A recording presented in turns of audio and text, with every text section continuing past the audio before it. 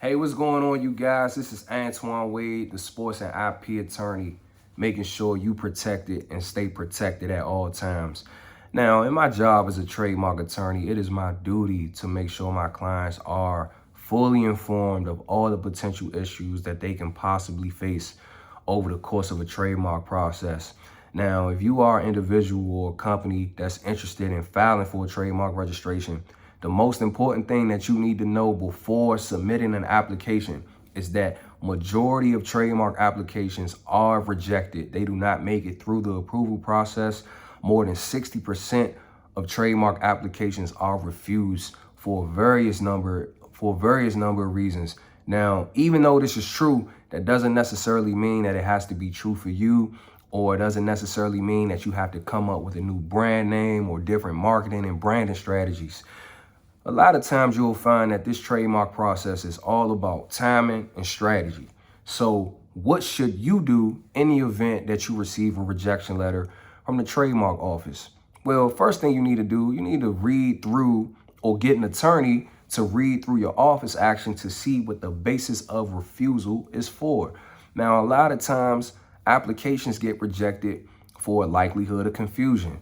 And the likelihood of confusion is pretty much the trademark office telling you like, man, look, we can't give you this trademark registration because we found some other applications and some other registrations that we believe that your application will be confused with.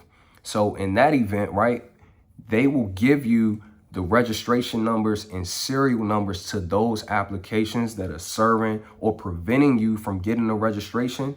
And you can actually use those numbers to do like a deep dive into the trademark database to see where they are in the life of their trademark.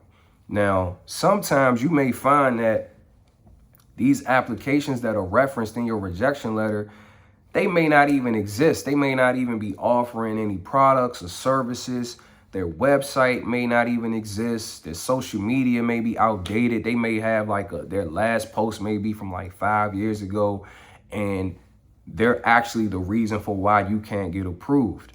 So in that situation, if you have doubt that they're no longer using the trademark or offering any services and products under the brand name, you can actually file a petition to cancel the actual registration.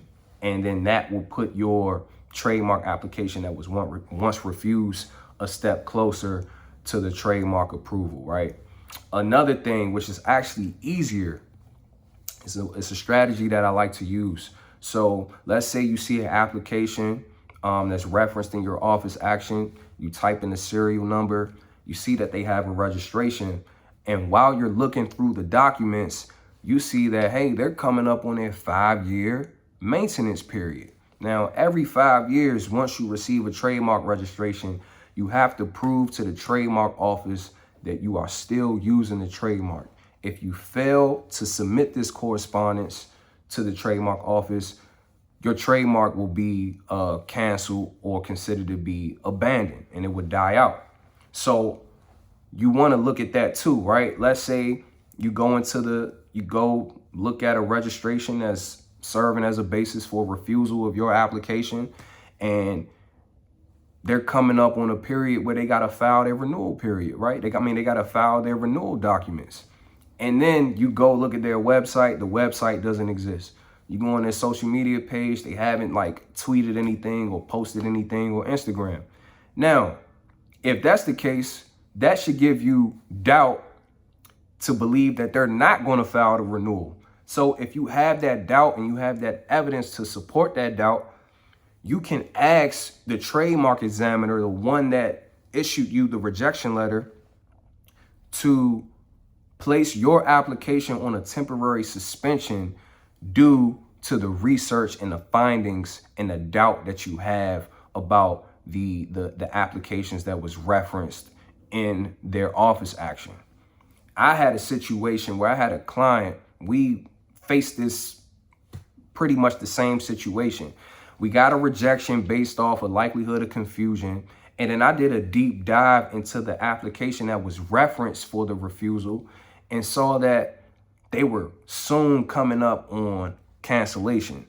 And then I start doing my little deep dive into the application. I'm like, man, the last thing on their website, we was in 2020 at this point. The last thing on their website was from 2014.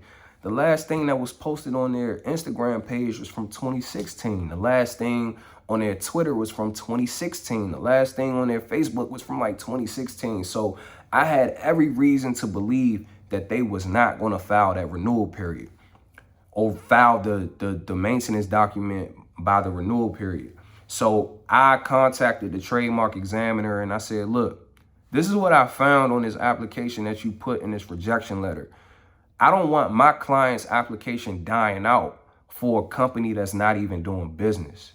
So I said, because of that, I request to put this application, my client's application, on a temporary suspension. And in the event that the applications that you referenced in the rejection letter, if they don't pan out or they don't send you any proof that they're still using the brand name, you have to lift the suspension on my client's application so that he can get his registration. And what do you know?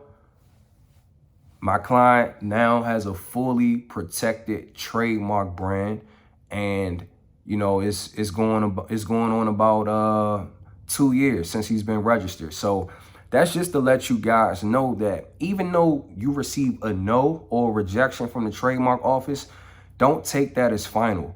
It's always some research to be done to see if there are any other ways you can get around the rejection to get a registration for your client, or even for yourself if you decide to go through with the process without using an attorney. But yeah, that's the the jewel that I'll drop for you guys today. I will be uploading more videos with more legal tips and covering different issues revolving in the sports and entertainment world and intellectual property world. Again, I'm Antoine Wade, the sports and IP attorney, making sure you guys protected and stay protected. Like, comment, subscribe, and I'll see you guys later.